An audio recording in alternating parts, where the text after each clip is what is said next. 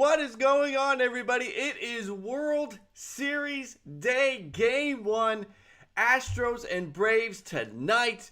Hit that like if you're excited and ready for this thing to get underway. It feels like forever since Game 6 of the NLCS. I'm ready for this thing to get going. I hope you are as well. Hit that like if you are and subscribe if you're new, just finding the channel for the first time. My question to you right off the bat is, I want you to comment below or comment with me if you are live right now. Who is going to win? I'm going to put the whiteboard up in a couple minutes. I want to get your picks. Who's going to win? Houston or Atlanta? We're going to preview this thing right off the bat. Welcome in, Steve. Good to see you. Right off the bat, we're going to do the breakdown for Game 1. Astros 95-67. The AL West champs taking care of the White Sox, and the Red Sox took care of the laundry there here in the World Series. The Braves 88-73. The National League East winners. Fewest wins of any playoff team, but the best record since the trade deadline. Astros are the home team, 51-30 during the regular season, 4-1 this postseason at home. The Braves are on the road, 46-35 on the road, 2-2 this postseason on the road are the Braves. Now coming in, Yordan Alvarez is one of the hottest hitters on the planet. Coincidentally, the other one is on the other side. 15 for 34 with a 441 batting average, plus 8 walks, a 535 OPS, or I'm sorry, on-base percentage for Yordan Alvarez. A pair of home runs, 18 runs contributed. You've also got Gurriel hitting over 300. You've got Brantley hitting over 300. Kyle Tucker, 4 home runs, and we talked about his runs contributed number 20. McCormick has been good, 6 for 19. Hasn't played as much as everybody else, but he has done well when he's been out there. Bregman's doing okay. Correa's doing well. Altuve only hitting 200 in the postseason, but he's got the 3 home runs. And, kind of remarkable, he has a 100% on-base to run scored ratio. He's been on base 15 times. He has scored 15 runs. So, Altuve gets on, and it has resulted in a run. Let's see if that continues here in the World Series. For the Braves, Freddie Freeman, the leader, the man you think of when you think of the Braves, struck out for the first 7 at-bats in the NLCS, but turned it around, got it going, and helped lead his team in. His OPS is over 1,000. But the star of the show, the other hottest hitter on the planet, is Eddie Rosario. An OPS right up there with Yordan Alvarez. 3 home runs in the National League Championship Series. So Eddie Rosario, unbelievable. Steve with a great comment. These two teams are evenly matched. They really are. If you have one good thing to say about one team, you can say almost the exact same good thing about the other team. These guys are going to go punch for punch. It's going to be great to watch this thing. I'm excited. I'm not a Braves fan. I'm not an Astros fan. I'm a neutral party, so I'm just looking forward to this game. Let's dive into the starters. We know it is going to be Framber Valdez against Charlie Morton, and we're going to start with a look at Valdez. So, during the regular season, 11-6 with a 3.14 ERA was really good. During the playoffs, he's made 3 starts. He is 1-0 with a 4.20 ERA. Not great, but that really is from one start. Pitched very well his last time out against Boston. In his career in the postseason, you kind of like this. 7 games, 6 starts, a 4-1 record, and a 2.77 ERA for his career in the postseason. He has seen a couple of these hitters on the Braves a couple of times, and it wasn't with the Braves. Remember, these two teams haven't seen each other since 2017. Soler is 1 for 2, Rosario is 1 for 3, and Heredia is 1 for 1, all from different teams. Soler with the Royals, Rosario with the Twins. I have no idea where he faced Heredia, but he did at some point. The splits, important to note, this year, he has been a better pitcher on the road. His home splits, a 5-2 record, a 3.45 ERA, and a 1 point, I have the whip wrong on the slide. I apologize for that. It's a 1.37 whip at home. Not great. On the road, he's got an ERA of 2.88 and a whip of 1.13. So he has been better on the road than at home. We saw that in the ALCS. At home, he got roughed up by the Red Sox. Then he pitched in Fenway Park, and he was extremely good. So we've seen that recently as the ALCS. More on Valdez. starts strong. His first inning is his best inning, a 1.69 batting average against. So he does well in the first inning, but in the second inning, teams are bouncing back on him with a 2.89 batting average against and an ERA of 5.73. So the second inning is an inning to watch for Framber Valdez. Can he get through that? And how does he do it? Again, we also saw that in the ALCS in his start against Boston. The first start against Boston, it was the third inning that they got to him.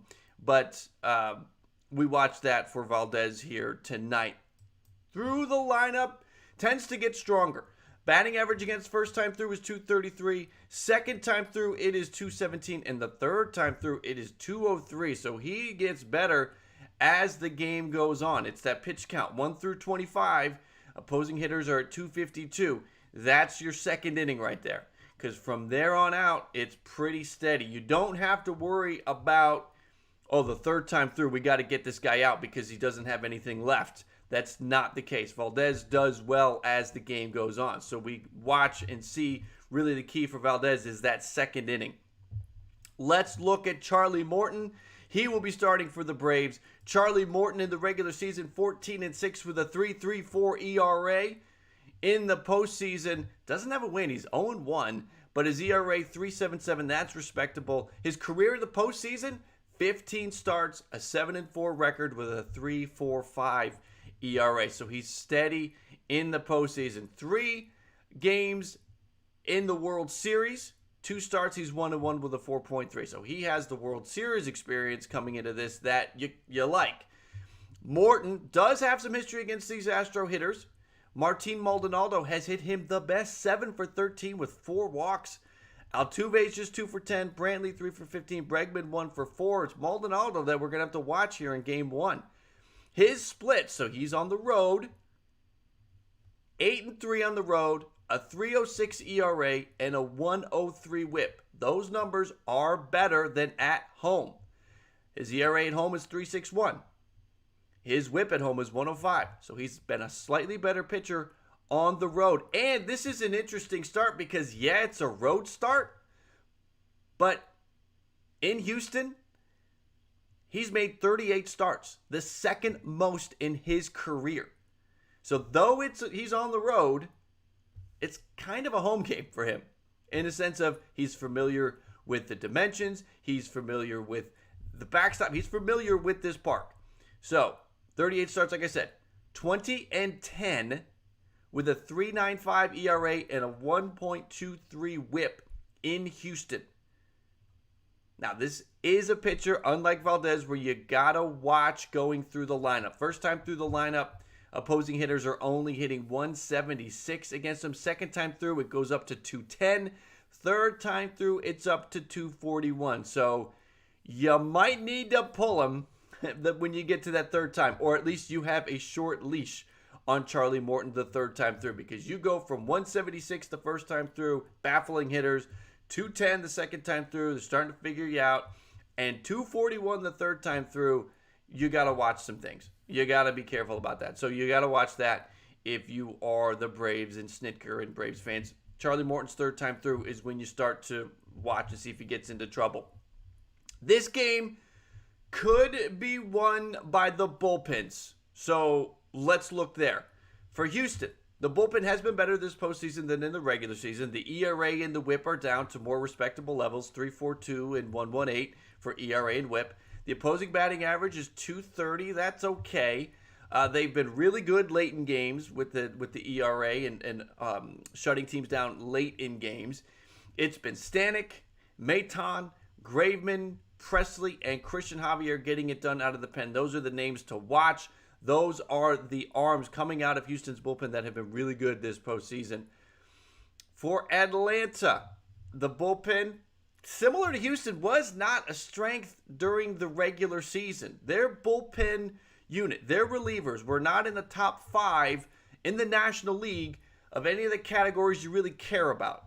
ERA, WHIP, batting average against, not in the top 5 in the National League. But in the postseason, this group has really come together. Now, they've been fresh for the most part. Everybody's fresh at this point. But up to this point, the starters have been eating innings. You wonder if that continues. Do we get later in the series? And if Atlanta can keep that going, Do the bullpens become even more important games 5, 6, and 7 with Atlanta having a really fresh bullpen? That's going to be interesting to watch. I have a feeling that some of Atlanta's success has been to that fact. All right, Tyler Matzik, amazing. What he did in Game 6, I've said it a couple times now. Braves fans will remember that for a long time. You got A.J. Minter, Will Smith, Jesse Chavez. They have come out of the bullpen and not allowed a run at all this postseason. Houston cannot say that. Those names that I rattled off for the Houston relievers, they've been good. They've been really good. But they have given up a run or two. You got 3 guys on Atlanta's coming out of the bullpen that have not allowed a run and have pitched significant innings. Will Smith has 4 saves. A.J. Minter, I think, has the 2nd or 3rd most appearances out of the bullpen for the Braves. Hadn't allowed a run. So you have some really lights-out performances coming from the bullpen. I'm going to give you guys an X factor for this game. I don't know if I'm going to do it every game, but for this game, I had a couple X factors that really stood out. And again, I want to thank everybody that is here live. We're going to get some predictions from you on who's going to win Game 1. Mets Talk with Hayden, thank you for being here. Steve, again, thank you for being here. Step Back Wolf, thank you for being here. Let's look at the X factors. Martin Maldonado is my X factor from the Astros. That history against Charlie Morton, 7 for 13, 4 walks. His bat has basically been non-existent in the postseason. You're going to add him potentially into the mix to maybe he's getting on for guys that he wasn't getting on for. He's at the bottom of the lineup, so is he getting on for Altuve to drive in runs? And is he extending the lineup to the point where there are no breaks and he's driving runs in? There could be unexpected runs contributed from Martin Maldonado in this game, and that might be the difference because of his history, his experience with Charlie Morton. He's picking something up.